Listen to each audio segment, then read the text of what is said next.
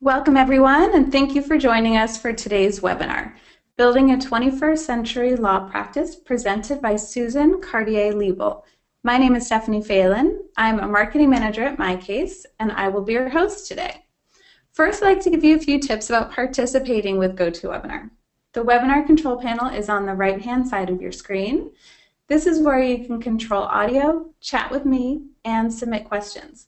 Please use the questions pane to submit your questions at any time during the webinar. I'll be collecting those questions and saving them to ask Susan at the end of her presentation, but please don't wait until the very end to shoot those over to me. Also note that these slides and the recording will be available by end of day tomorrow on the MyCase blog, and it will also be emailed to all registrants. When you close your webinar today, a very quick 6-question survey will pop up. All you have to do is answer those questions, and you'll be entered to win a $100 Apple gift card. You have a great chance of winning, so it is definitely worth it. If you'd like to join the conversation on Twitter, the hashtag to use is hashtag 21centurylawyer, and I'll chat that out to everyone too. This webinar has been approved by the Wyoming State Bar and the Florida Bar for 1 hour of general CLE credit. If you are a Florida Bar member, note course number 2426R to self-report your CLE. I will also send this information out on the GoToWebinar chat pane. Today's webinar is hosted by MyCase, so before we jump into things, I'd like to give a quick overview. MyCase is a web-based law practice management software that takes care of your daily practice requirements for calendaring, contact management, document management and templates, time and billing, client communications, custom workflows, and more in one solution at an affordable price. MyCase is priced for solo and small firms at just $39 per month per attorney and $29 per month per paralegal or support staff. We also offer MyCase websites for our customers. The cost to set up and build your website is only $500, and then there's a $50 per month maintenance fee. If you've looked into building your own custom website, then you know this is really a super deal. We use a modern professional design built for your firm. The websites contain social media and blog integration. And best of all, a client portal, which is completely integrated with your MyCase software. So now you and your customers can log into MyCase directly from your own website. Next up is payments. Are you accepting payments from clients yet? You should be. And it's easier than ever. MyCase recently announced the addition of a built-in credit cards payment feature to our payment service. MyCase customers can now accept online payments from clients using both credit cards and checking accounts. This is also known as eCheck or ACH payments, seamlessly through their MyCase account with no third-party integration required. Last but not least, we enjoy hosting educational events for professionals in the legal industry, and that's why we're all here today.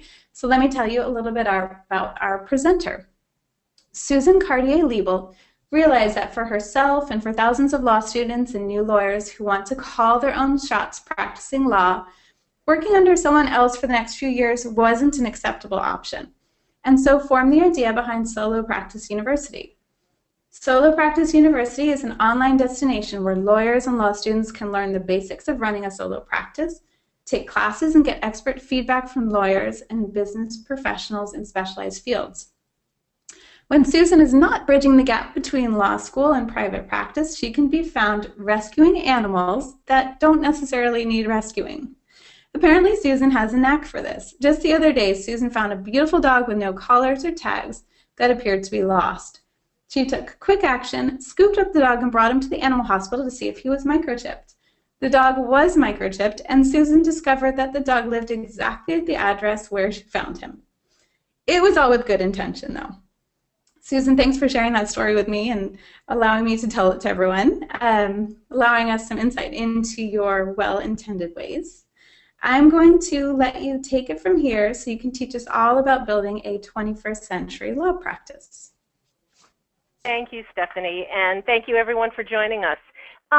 Today we are going to talk about building a 21st century law practice that sounds very blasé, but the truth is, it really should be titled, If I Were Building My Law Firm Today, This Is What I Would Be Doing. And since I did build a law firm many years ago, if I had to start it today, I'm going to tell you exactly what I would be doing myself. So by way of introduction, In Richard Suskind's popular book, which many of you have probably read, Tomorrow's Lawyers, he claims that legal institutions and lawyers are poised to change more radically over the next 2 decades than they have over the last 2 centuries. And I'm sure you've read and heard this before. Legal service, he says, will be a world of virtual courts, which actually exist now, internet-based global legal businesses, online document production, commoditized services, legal process outsourcing, and web-based simulated practice. Legal markets will be liberalized. There'll be new jobs, new employers, and for all lawyers. It's pretty daunting, right? Actually, it's kind of frightening. But I'd like to share another daunting statistic, one we don't think about. This was a couple of years ago. According to the Bureau of Labor and Statistics, as reported by Bloomberg News back a few years ago, as I said, by 2019, 40% of all working Americans will be self-employed. Now, as you may realize, the legal profession has a disproportionately higher number of graduates who eventually do end up solo. So, if we just do some rudimentary math, this means by 2019, just a couple of years away from now, approximately 68% of all private practice attorneys will be solos. So what are the odds you're going to be a solo too if you're not already? Well, today we're going to talk about building a solo practice in the 21st century in the face of or in anticipation of what is predicted. And since everyone is different, as is their needs, the best that I can do today for you is to take it from my viewpoint. If I was building my practice today, what would I do and why would I do it? I'm not going to be able to cover every aspect thoroughly. It's kind of like hitting 13 countries in 13 days on a tour of Europe. This is actually 3 presentations in one, so I really could use 3 hours. So whether you practice in the 19th, the 20th, or the 21st century, let's agree that some things will never change. Your firm exists to serve your clients. You want to get clients, you want to do the work, you want to make a decent living doing this work which you presumably love. Statistically, if you are driven solely by money first, you are most likely to fail at solo practice or any other. So we're going to go under the premise you're going to love what you're doing. What will never change, very important, in order to serve your clients, you have 3 primary obligations. You have the obligations to the rules of professional conduct, ethics, as well as your own moral compass. What will never change is your due diligence as an advocate. Except what defines due diligence is increasingly influenced by technology, and your use of technology will ultimately dictate your longevity in the profession. Next, what will never change is you must do the work in a timely, effective manner and always in your client's best interest. But again, except what defines timely and effective is increasingly influenced by technology.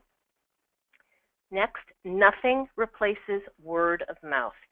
You've hit the zenith in your professional career if 100% of your business is referrals from satisfied clients and your colleagues who respect you.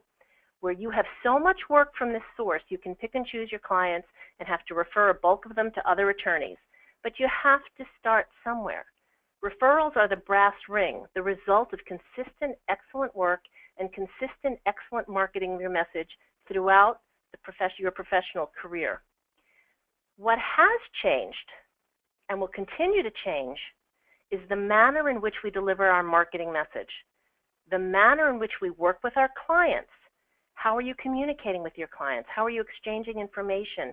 How are you making their lives and ultimately yours easier? And third, the manner in which we actually deliver our legal services, the entire process, the efficiencies on the back end, your costs, your workflow. So to that end, I love to tell stories.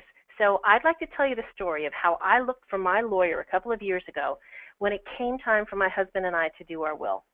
We had a very strong referral, but we didn't have the phone number, we just had the name. So naturally, we Googled it, nothing. We started checking directories, nothing. Started using search terms for trusts and estates and my geographic area, nothing. But someone else's name did pop up several times. She started talking to me, literally. She had educational video snippets of herself, talking about issues facing those who want to create a will. She talked about my problem about selecting a guardian for our child should something happen to us, not about herself. She invited me to call her, or I could chat with her right there if I wanted, or if she wasn't available, to leave me a text message online to call me back, or even to schedule my own appointment on her online calendar. I was hooked. So I clicked over to her blog. I read some great on-point articles addressing my issues. She invited me to download a free checklist of what to consider when thinking about a will. I could follow her on Twitter. I could like her professional Facebook page if I wanted. She was talking to me. Then I realized she practices nearly 2 hours away. That was not going to work. I didn't have the time or the inclination to travel that far. But wait, she had an element of her practice which allowed us to consult online, pay online, exchange documents online, even electronically sign online. And if I wasn't comfortable with the signature part of it, I could use a local notary. Everything was from the comfort of my home, or I could meet with her if I chose to. So I liked her. I felt comfortable with her, all because of how she presented herself online. There were some testimonials, but I also did additional research on my own. I checked her out on some online rating sites. I wanted to see if there were any reviews of her work by other clients. I checked all of these things out. I saw she'd written some articles for local papers, so I immediately called. I got a great professional voice service. It wasn't live, which allowed me to leave a message, and it was personalized. She called me within 2 hours, which the voice service said she would. After our online consult, I hired her and handled everything but the final signatures, my choice, on our wills, and it was all done online. Bottom line is, clients do not want to have to struggle to find the right lawyer or struggle to work with the right lawyer. So here's your first poll question. Do you look for or research a doctor, lawyer, or any professional online before you call them? Yes, no, or sometimes. Okay, great. Thanks, Susan. And the polls are now open. If everyone can please go ahead and cast your vote. I'll give you just a few more seconds to cast your vote. And it looks like majority has voted. So we'll go ahead and close the polls. And results are already in. Okay, so when asked to look for or research a professional before you call them, 71% said yes, that's great. 3% said no, and 26% said sometimes they do. So definitely the majority is yes, they do. All right, so now you've got to start thinking about how you behave. Now you have to think about how your clients are going to behave. So your firm exists to serve your clients. It's client-centric. Every choice you make, from who your clients are, how they learn about your services, how you communicate with them, how you serve them from the time they walk in the virtual door or the brick and mortar door to the completion of their matter and beyond. It has to be from the viewpoint of the client. And you have complete control over all of this. How do clients learn of you? That's called marketing. If a young man tells his date she's intelligent, looks lovely, and is a great conversationalist, he's saying the right things to the right person, and that's marketing. So let's talk about that quickly. Marketing is not only much broader than selling or advertising. It's not a specialized activity at all, actually. It encompasses your entire practice. It is your whole practice seen from the point of view of your desired end result, a satisfied client. Therefore, you have to be very concerned about and be responsible for marketing because it permeates all areas of your practice. Do not view it as a hassle or an added responsibility because you, quote unquote, just want to practice law. It is a foundational leg of your solo practice. So how do you tell your potential clients you want them to come to you for all their legal needs? You have to go where they are. Today, your potential clients, ones you think you want and ones you never knew you wanted, are using the internet to research their legal needs, just like the poll indicated. They may not even know they need a lawyer. Maybe they think they can't afford you. Maybe they think they can do it themselves. Maybe they're looking for recommendations from people they know, like, and trust to guide them. And where are they going? They're going to social engagement sites like Facebook, LinkedIn, Twitter, Instagram, Snapchat. They're going to review sites like Yelp and Lawyer Rating Z and Avvo. And they're going to branded networks such as LegalZoom, Rocket Lawyer, and others. At the very least, if they are given your name, they should easily be able to come to your home base on the internet. And we have the next poll. Do you have a web presence? Yes or no? And by web presence, it can be LinkedIn, it can be anything, but do you have a web presence? Okay, great. If everyone can go ahead and quickly cast their vote here. Oh, everyone's very quick on this one. All right, I'm going to go ahead and close the poll. And 81% say yes, they do have a web presence. That's actually quite high. 19% said no, so I'll go ahead and hide those. Most important question. If so, okay. Do you update it regularly? Yes, no, or am I supposed to? Okay, great. Everyone, please go ahead, quickly cast your vote. And a few more seconds and we'll close. Results are in. So if so, do you update regularly? 38% said yes, 59% said no, and 4% am I supposed to? So I'm going to go back to this. Not having a strong web presence, or worse, a poor one, means you are letting others control and dictate your marketing message. What if I Googled your name today after someone referred me to you? The only thing on the front page is the birth announcement of your daughter, or a mediocre Yelp review from a client you don't even remember, or worse, your misdemeanor traffic violation from 10 years ago next to one of those cheesy ads charging money to find you. You must control your message. Clients don't want to invest a lot of time and energy in the process of finding the right person. They have a sense of urgency. They don't want to waste their time, so they are going to do as much homework as possible on you, and you primarily control what they find. Clients have a fast food mentality. I wanted a lawyer, I called you, you weren't there, I found another lawyer, I don't need you anymore. Whether the days of telephones or internet, the principle still applies. Today, I looked for you on the internet. You didn't show up, but your competitor did. I went with your competitor. So in keeping with my initial premise of this presentation, that I would present to you what I personally would do today if I was creating and building my practice.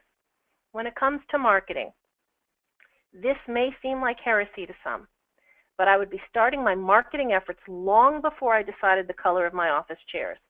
Why? Anything which doesn't generate revenue is just overhead. Getting clients is your first priority. I would build my internet home base slowly. I would lay the foundation immediately, though. And how would I do that? I would be creating a LinkedIn profile. It's a powerful search engine. You control your presentation to the world, but you get the benefits of LinkedIn's power. It allows connection and engagement within groups of peers, socializing platform that can be found by potentially all your clients and peers, and it allows you to communicate privately to the degree that the internet is private. It allows recommendations, can showcase your credibility building activities. It allows you to create your own groups where you can showcase your expertise. I would create a Twitter account which allows you, most importantly, to follow and socialize with peers. And I would connect my Twitter profile to my LinkedIn account if you haven't already created your home base. So I would have done this before I ever got my website. I would make sure that I had a presence. Socializing online through various media is the interaction and the engagement necessary today, because the goal of that interaction is to take the online offline. You want client connection to client retention. I would be buying domain names which can serve as a marketing message. If I was a mediator, mediationworks.com. If I was a T&E lawyer, wealldied.com. If I was DUI, idrovedrunk.com. My first name and my personal name, my firm name and my personal name, I would also buy. I would actually create my home base, my website to which all my domain names would actually go to. Let me rephrase that. I would create a home base where all these URLs that I've created that are a marketing message would ultimately be going to, where these domain names would be mapped to. My website would be highly interactive. Of course, I'd have the normal about page, practice areas, etc. But I would be blogging. I would be updating weekly about issues relevant to my clients. I would be utilizing video. It is the most underutilized vehicle but has the greatest return. I would be creating educational video snippets addressing common questions that clients have. I would start writing a white paper in exchange for email addresses, because when you do that, you can provide a white paper on a topic of interest to most clients. This white paper can include testimonials, contact information, your about information. Why would you do that? Because it's going to get not just used by the person who receives it, it's going to get forwarded to others. And I would have a monthly newsletter because now I have email addresses. And I would also invite my readers to submit questions to convert to hypotheticals for the blog posts that I want to do weekly and articles. I would also have multiple contact methods, whether it's phone, email, instant chat, self-calendaring, or Skype. I would be building my social media presence exclusive of my website because it takes very little time, but requires much thought if you're going to do it right. Your web presence and the time invested in it is not a waste of time. It's critical in the 21st century. Once you're set up, you don't have to be using social media but 10 to 15 minutes a day, 10 to 15 minutes a day at most. And for the most part, it's free, exclusive of the time you invest in it. Let's see what else we got here. I would also be participating in branded networks. Now, I don't know how many people are familiar with branded networks, but a branded network by definition is a company that has created a single brand around all their products and services, which are marketed direct to the consumer. You'll see it sometimes abbreviated as D2C. In the case of legal services, these branded networks are providing legal forms and documents through document automation and assembly programs and various other delivery methods. These branded networks invite lawyers like you to join them in order to provide consumers with access to a licensed lawyer and to generate content for the company's website. The branded network receives the benefit of the association with licensed lawyers, and the lawyer receives the benefit of having their name and brand extended to a much larger pool of potential clients. In exchange, the lawyer generally, not always, reduces their fee for those who come to them from the branded network. You need to consider that a marketing expense. Because these companies have marketing budgets, and this is critical, that far exceed those of most law firms, they are able to build online brand recognition that drives consumers seeking legal services online to their company's website. Put simply, lawyers cannot compete with the online reach and marketing power of a branded network. The biggest marketing playground is the internet, of course. I'm sure all of you are on it constantly all day long. So as a backdrop, let's look at some recent statistics from Pew Research on internet usage. More than 84% of adults of all ages use the internet. 78% of blacks, 81% of Hispanics use the internet, compared with 85% of whites and 97% of English-speaking Asian Americans. Nearly 2/3 of Americans are now smartphone owners, and for many, these devices are a key entry point to the online world. The top 3 drivers of consumer legal business are Q&A sites, lawyer rating websites, and your own lawyer website. Now, LegalZoom and Rocket Lawyer both have the ability to answer consumer questions.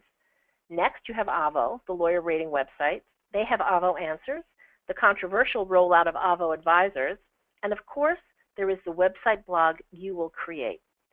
So you have to ask yourself, is a branded network right for you?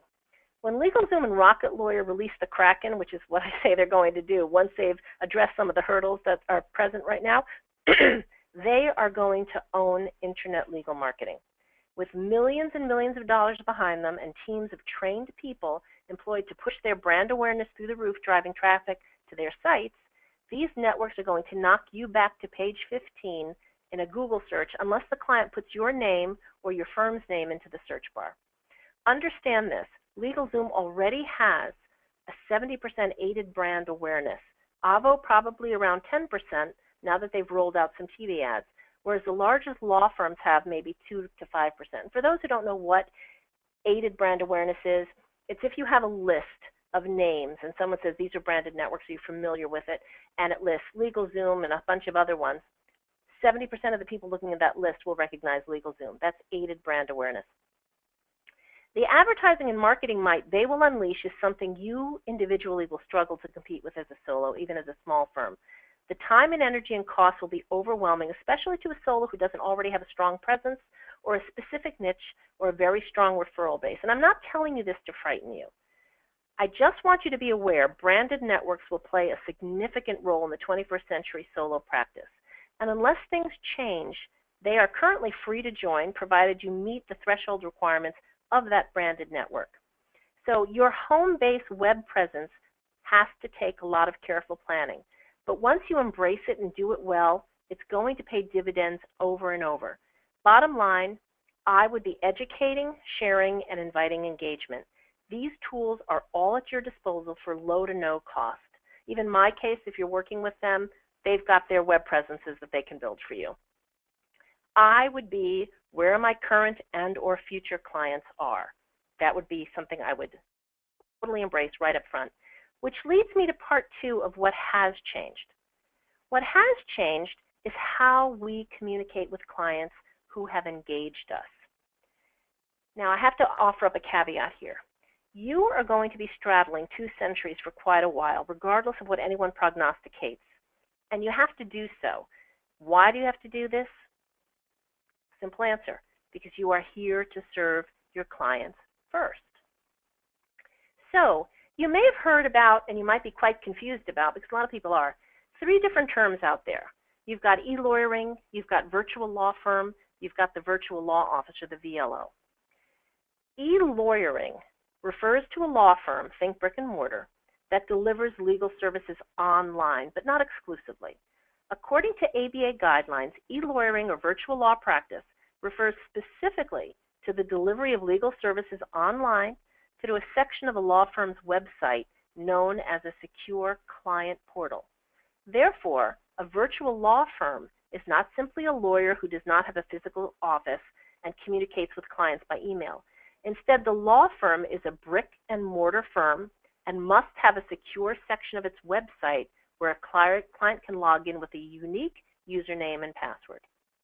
A virtual law office, or VLO on the other hand, is an online practice that exists only through a secure login portal and can be accessed by both client and attorney anywhere an internet connection is available.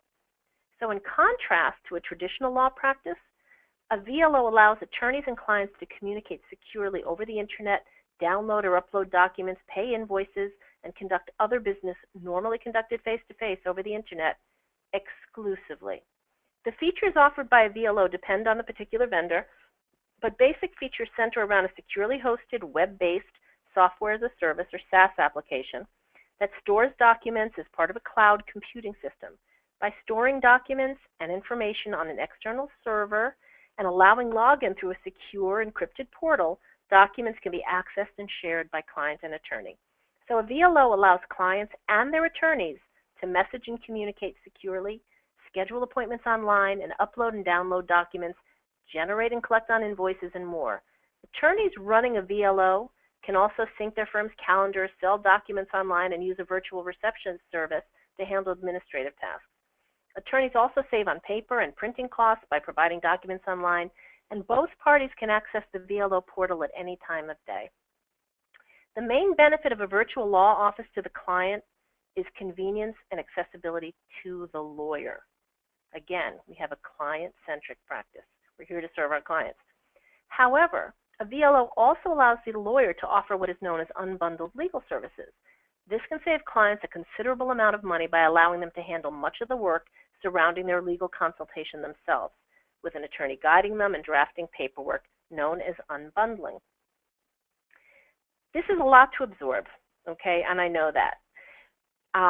But at the end of the day, what's developing now are guidelines for VLOs. It isn't prospectively, it's reactionary, so you got to pay attention. However, e-lawyering and VLOs are here to stay. So let's take another poll. What type of office do you have?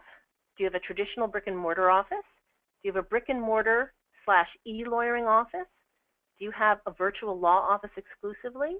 Or do you have a combination of 2 or more of the above? I love this question, Susan. I'm excited to see the answers here. If everyone can please let us know about your office and select your poll answer here.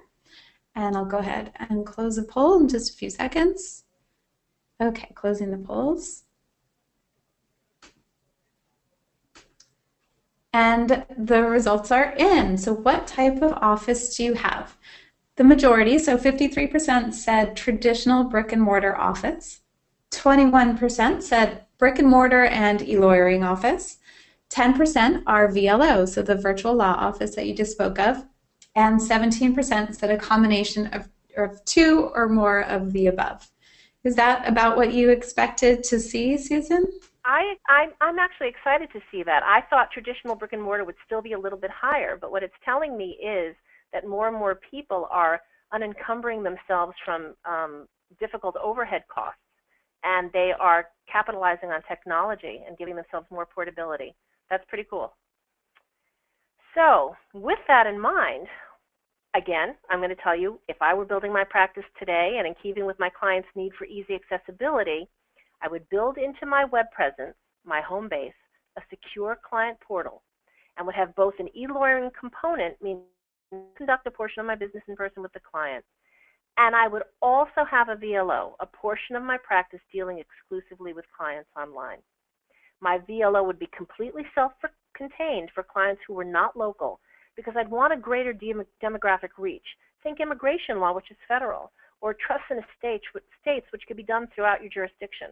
I would also have a virtual law firm, a brick and mortar office for local clients, yet provide e-lawyering services for these clients to be able to access their documents and more through a secure client portal on my site.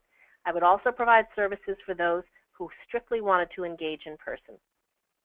I would be building forward, but still recognize not every client I still wish to work with is comfortable with these technologies.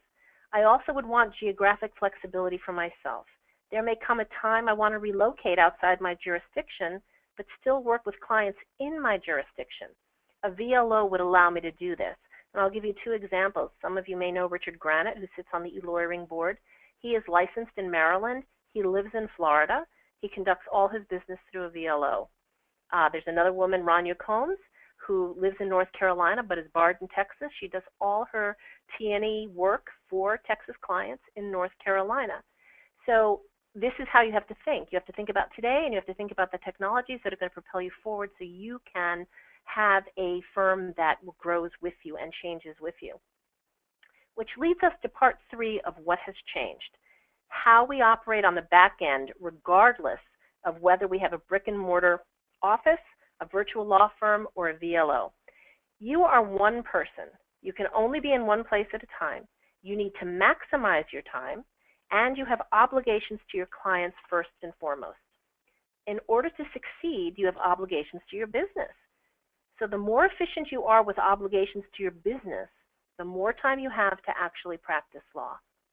Every decision you make about your practice on the back end should be geared towards 2 things, and they're right up there: portability and security. Your office must be able to go with you at all times and securely. You should never be stopped from doing work or engaging with a client because you don't have access to your physical office. This means when you design your office from the ground up, you will keep these 2 priorities in mind at all times. How does your office become portable? Well, some of the things are obvious. By having a laptop, a tablet, and a smartphone. The less obvious, by having encrypted email, online faxing, scan document available immediately. You have to be able to scan things immediately, or your scanned documents need to be available to you immediately. You need law practice management solutions that handle client contacts, generate bills, track expenses, offer credit card processing, document automation and storage, and more. And it all has to be available on your laptop, tablet, or smartphone, wherever you might be.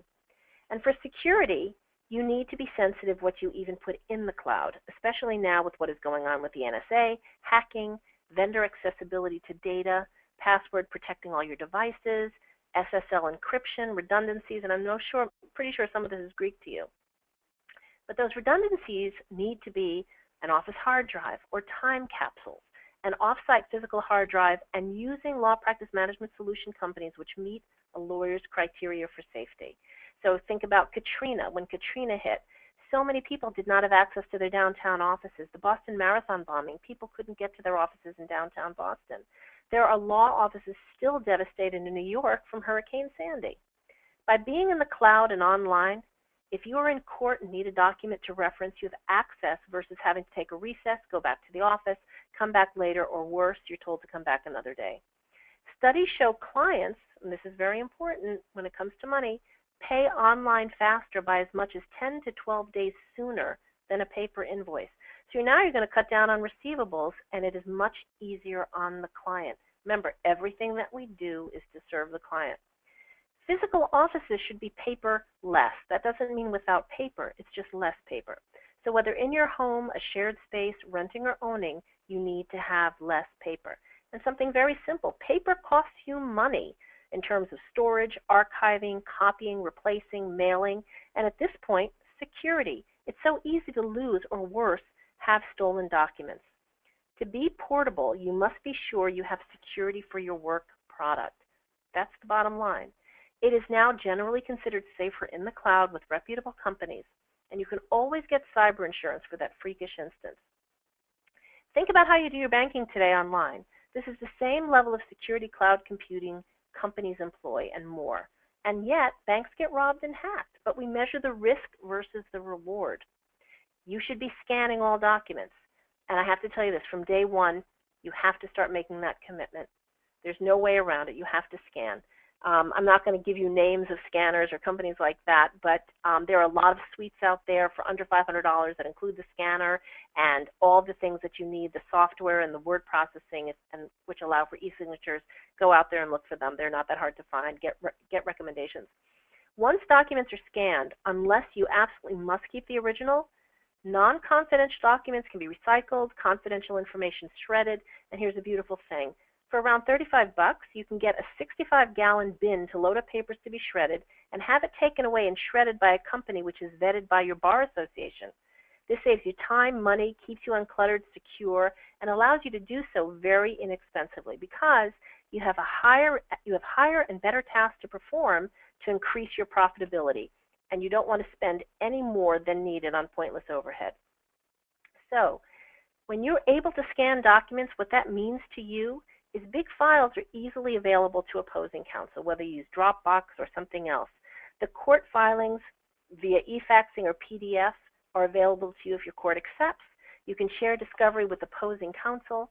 Time spent copying and postage can add up so very quickly. Or you can spend $2 to $3 and download onto a thumb drive and mail to opposing counsel. Opposing counsel will appreciate this. This also includes checks. Many banks provide a service at no additional cost for the hardware, which allows you to take a picture of the front and back of your check, scan to your account, it's deposited. Once cleared, you scan it into your computer for your records and you shred it. Again, you have higher and better tasks to perform to increase your profitability, and spending any more time on these tasks than necessary is a complete waste of your time. Now, as far as accounting goes, you can use QuickBooks Online. You can use any number of services out there because it's easy to access for you anywhere, easy access for accountants, and it facilitates their work as well. Any online management money system is good. Now, as far as answering phones, if you're a solo, you need a reliable answering service which will follow you wherever you are. Find one which will route your calls automatically to your smartphone where you can listen in and decide to take the call or not. Most people are comfortable leaving voicemail. It's also more accurate because you can read tone and their urgency. If you want to design your own voice prompts, there are services which provide this for under $200. You can even get a local celebrity to do it, which can be part of your marketing strategy. Google Voice is a popular service. It doesn't get sick. It isn't overpriced. It's accurate and will send you transcripts of the call to your email. They're funny. Trust me, they're funny, but you can still figure it out. You must take credit card payments. Now, for instance, our host MyCase offers easy credit card transactions for a flat 3%. They also have free ACH, which are e-checks. So that's all offered through their LPM software, so that's a perfect example. But at the end of the day, law practice management solutions are now integrating the ability to take credit card payments. You need to take advantage of this. If you still haven't switched over to one who does, then separate from your law practice management solutions, you need to have a credit card reader for your smartphone. Depending upon the type of practice you have, you may very well meet someone who wants to engage you immediately. This can happen in any family, criminal, or probate courthouse. You need to be prepared. So you could possibly look into Intuit, PayPal, Square. They all have smartphone credit card readers. Be sure to check out all the rules in your jurisdiction, but the capability is here, and it's all about the client's needs. Everything we've talked about is about the client's needs. Why do you need a tablet? You might say, you're playing games on it, or you give it to your kid to, learn something, or you're using it just as a reader. But tablets are easily more portable than a laptop and easier to read than a smartphone. All your office online services are adapted to tablets, including your credit card reader. Apps are being used very effectively to do your legal work. Now, you can go on lists. People have, created amazing lists of all the apps that are relative to your various practice areas. But some of the very popular ones are like Goodreader, which displays books, movies, maps, and pictures, the ability to annotate documents. It zooms up to 50 times. It conducts a text search. You can leave from point to point in the document with PDF hyperlinks. It's amazing. Another one is Penultimate. It's an app that turns an iPad into a legal notepad. So instead of taking notes with pen and paper, lawyers can use a stylus or even just a fingertip to write notes on the iPad by hand. Notes can then be saved as a PDF or sent as an email in your handwriting. Penultimate can also be used for sketching, diagramming, and anything else one might want to do on a sheet of paper. My point is, there's tons of them. And if you're a trial lawyer, TrialPad is amazing. It's a powerful tool for organizing case presentations for the courtroom.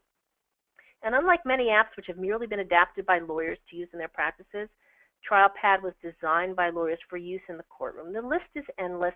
I'm sure you have your favorite apps.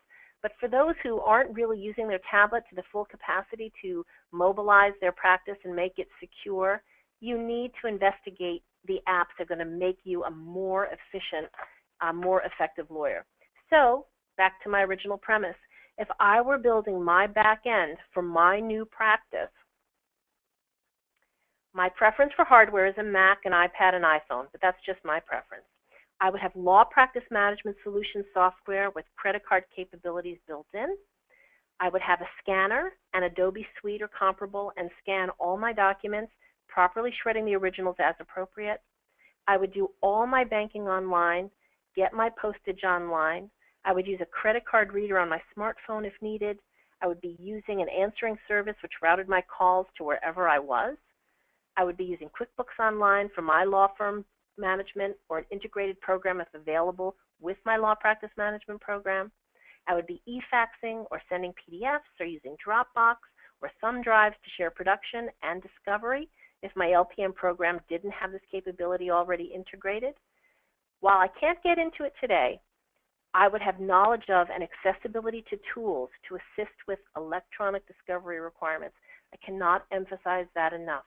You must understand eDiscovery, and you must find the tools today that are going to assist you with eDiscovery, because that is growing part of complying with the rules of professional and due diligence. And my office would be accessible wherever I was.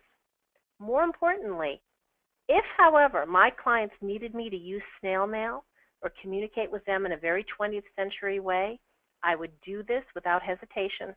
Why would I do that? Because my law firm exists to serve my clients. And on that note, MyCase, who is a sponsor of Solo Practice University, graciously is allowing me to offer this special to you. I am offering to those who are interested about Solo Practice University that if you're serious about creating or building your current solo small firm practice, please join us. We're giving you 50% off the first month's tuition, reducing it from $245 to $127, and every month thereafter is just $65. Or you can get a great discount on annual, which includes 1 year of unlimited online CLE and a free half-hour law practice management consultation. So you just have to go to solopracticeuniversity.com/mycasewebinar, and you'll find the special pricing there. So thank you. Okay, excellent. Thank you so much, Susan. And we do have several questions to get to, but for those of you who have to leave us now, please take note of 3 things. When you close your webinar, a quick 6-question survey is going to pop up. All it takes is answering those questions, and you're entered to win that $100 Apple gift card. So go get that new iPhone. Also, if you're a Florida Bar member, that CLE course number was 2426R to self-report your CLE. And also, you will all receive an email tomorrow with a link to the blog where you'll find these slides, the webinar recording, and the Apple gift card winner. And so now we are going to get to see some of these fantastic questions. Here goes. Okay, Susan, the first question was on eDiscovery. So why are more lawyers not using eDiscovery if this is an advantage to their clients? Well, it isn't even so much an advantage to our clients. Over 20 jurisdictions now are determining that if you do not have a reasonable understanding of eDiscovery and implementing it as appropriate, you can be deemed incompetent. eDiscovery is so critical because eDiscovery is a situation where, think about what you do. You write comments on Facebook. You do things, online. You have, different metadata that you have, or communications or texting or whatever it is. This is all electronic. If you don't understand that part of your due diligence in representing your client in a divorce, for instance, which is a prime example of it, or some kind of corporate merger or some kind of, class action, and you're not have the understanding that this is something you need to pursue because it's part of your discovery in your case, you're not being diligent. You're not doing due diligence at all. You're basically lopping off an important part of the discovery process that could make or break your case. Therefore, you're not representing your client adequately. So it is imperative that you understand eDiscovery. I don't know what the rules are about naming names of companies that you can pursue, but to investigate. But what I can tell you this is at Solo Practice University, we've got 2 full courses on what eDiscovery is, how it applies to your practice, and how you need to investigate going further. But it's getting to a point where it's not something to just think about and maybe I'll adopt it. It's now becoming part of the requirement, which is why I prefaced this in the beginning with how you're communicating with your clients is you have that obligation, but how you're doing it changes with technology. Same thing with how you are advocating with your client. You still have that responsibility, but what is determining zealous advocacy and doing it right is now being dictated to by technology, and eDiscovery is a perfect example. Okay, great answer. A few people had asked for you to repeat the name of the iPad app that makes the iPad a writable legal pad. Penultimate, and the other one that I mentioned was Good Reader. Okay, so Penultimate and Good Reader. Perfect, thank you. That I mentioned. Perfect. And we'll probably have a lot of these apps and tools that you mentioned in the recap, so stay tuned for that, everybody.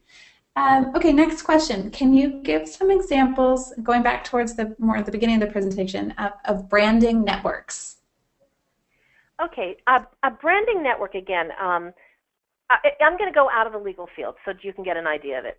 A branded network is Procter & Gamble, okay? And under the umbrella of Procter & Gamble, you'll find Pampers, and you'll find Duracell batteries, and you'll find all these things. So the big branded network is Procter & Gamble, and they have products under their umbrella that everyone can relate to Procter & Gamble. So when you have, say, Avo, let's pick Avo as an example. Avo has a message that they are direct-to-consumer, making resources to resolve legal problems available on their site. So they will have Avo advisors, they will have, Avo answers, they will have, Avo profiles and this and that. And so these companies, Avo, or it could be LegalZoom, or it could be Rocket Lawyer, they are creating a bunch of different products or services under the umbrella of Avo. And it's up to the lawyer to take advantage of it, to have access to the consumers that the lawyer wants to reach. And this is with anybody. There's Up Counsel. There is, oh my gosh, there's so many now that I'm actually drawing a blank. But they are companies that are creating a brand around themselves. And they are creating products that lawyers have the ability to attract business through the clients that these companies are bringing to their site.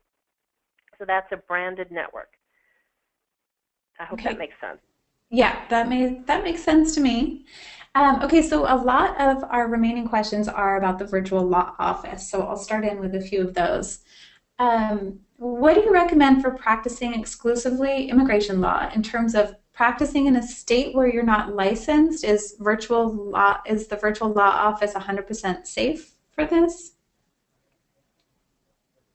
I'm not sure if you Okay, understood that question. well, I can give you the best example. Okay, the best example I Great. gave you was Richard Granite. He sits on the ABA Commission for e-lawyering. So he lives in Florida. He practices in Maryland. That's where his jurisdiction is. Because he physically lives in Florida, he does not take on Florida cases. He takes on clients from Maryland who go through his portal. He personally does unbundled legal services, so he doesn't necessarily go to court for these people. He does discrete elements of the work, and the person represents themselves. But he happens to do family law, which is very interesting. So if you live, and another example, one of our faculty who teaches actually immigration law, Vonda Vanderveer is her name actually, and she does immigration law. Her physical office is in Washington, D.C., but she travels around the world, and she does her work from everywhere but Washington, D.C., and she does immigration law. So you have to check with your jurisdiction, but if you are practicing representing clients in your jurisdiction and you're doing it through a VLO and you have a physical presence, again, this is tricky, and I want to mislead you.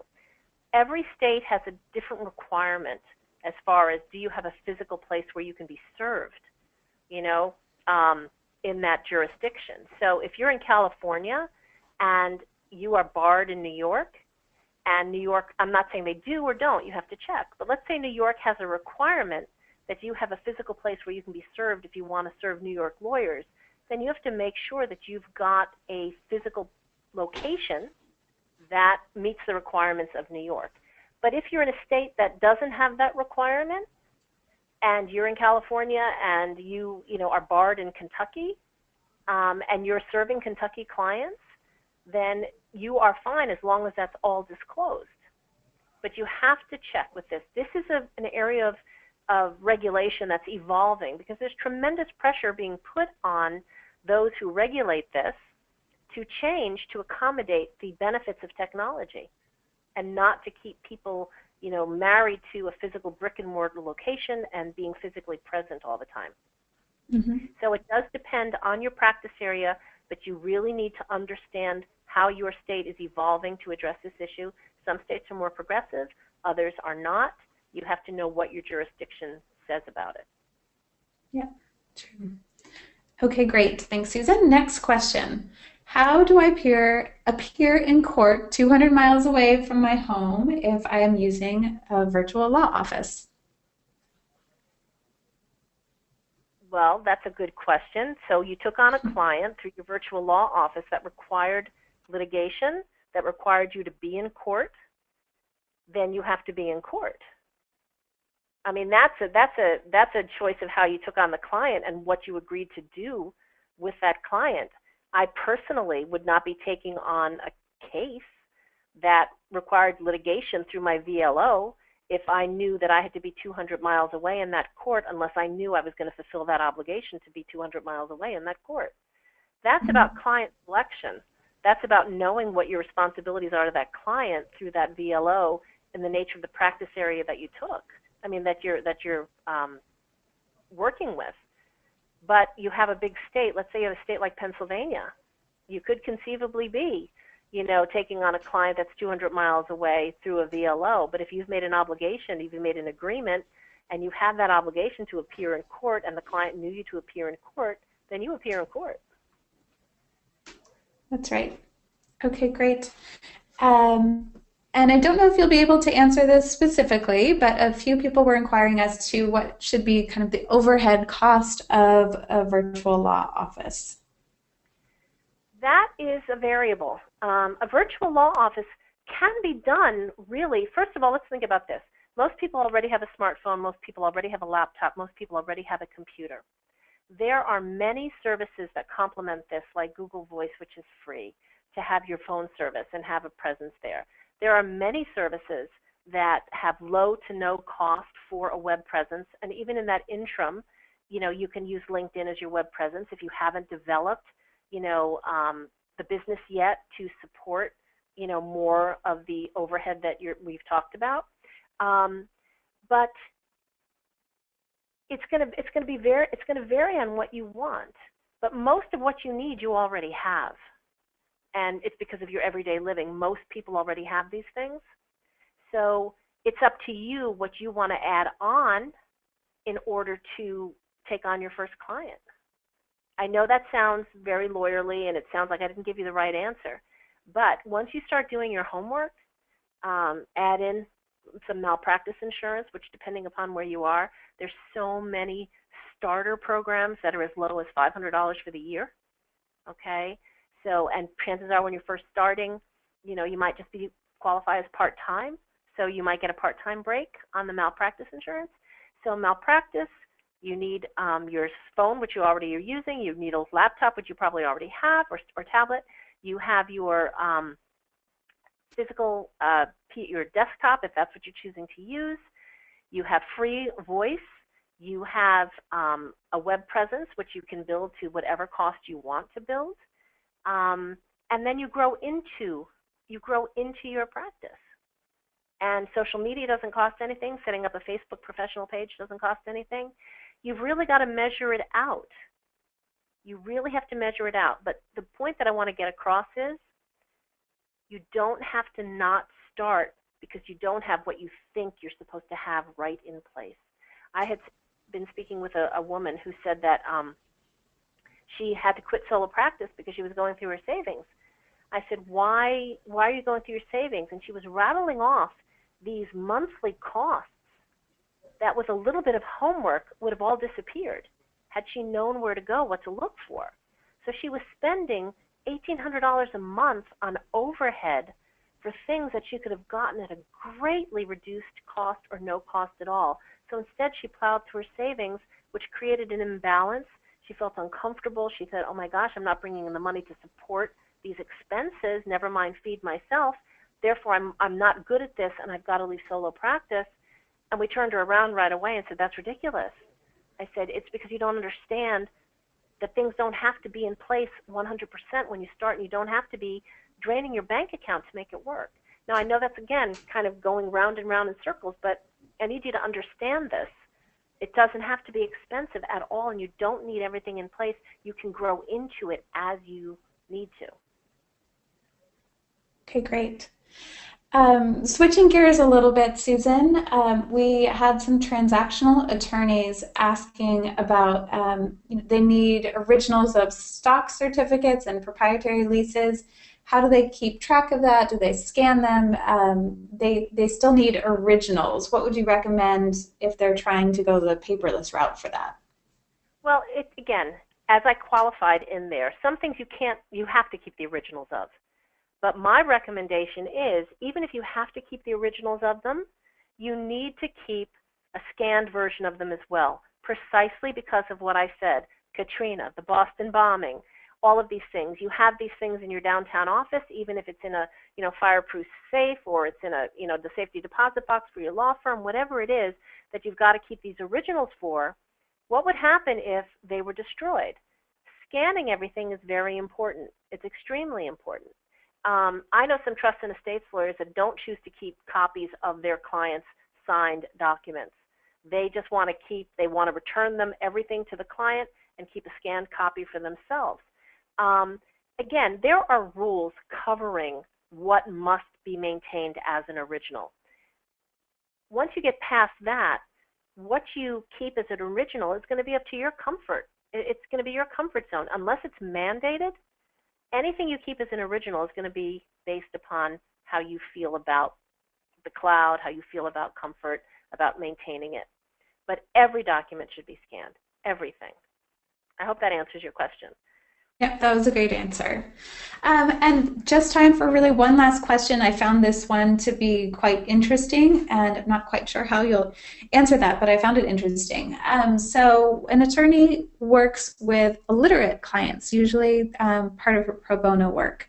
How can she do this with a virtual, how can she kind of have a virtual law office with this kind of work that she takes on? I would have a large component of it being recordable. In other words, through that virtual law office, through the portal, and you're saying basically they're not, either they're illiterate in the sense that they can't use, they're computer illiterate, or they're, true sense of the word, not literate enough to deal with paperwork. If that's what she means, I'm not sure, so I'll answer both questions. If it's a question of they're not computer literate, then you are challenged. Maybe the VLO is not the right thing for you. Because remember, if you're there to serve your clients, you have to serve them in the way that makes it easiest for them. If it's easiest for you to have a VLO, but your clients can't cross that bridge to work with you, then it's not a good match. If they are illiterate in the sense that not understanding the language, not capable of, crafting sentences or things of that nature, then my suggestion would be that things that you do should be physically recorded with their permission, so that you can transcribe the conversations and you can, have them sign off on those transcribed conversations as accurate. But this way you have a physical recording of these conversations and what needs to be done. Again, that's a challenge, but I think technology can help with that. But you've also got to use some common sense. You're looking to preserve conversations. You're looking also to protect yourself, that you understood them correctly. So you need to find the technology that allows you to do this so that you are fulfilling your obligations as a lawyer to your client. And that will require some creativity. But maybe a VLO is not a good match unless there is the opportunity for there to be some client education first and foremost. Or you've got to do it the good old 20th century way. Yep. Good response, Susan. An excellent presentation. Thank you so much. Thank you to everyone who joined us today. We are out of time, but you will receive an email tomorrow with this recording and the slides. You'll get an email and it'll be a link to our MyCase blog. So look to that and look forward to seeing you all on our webinar next month. And thanks again, Susan. Thank you. Thanks, everyone. Bye-bye.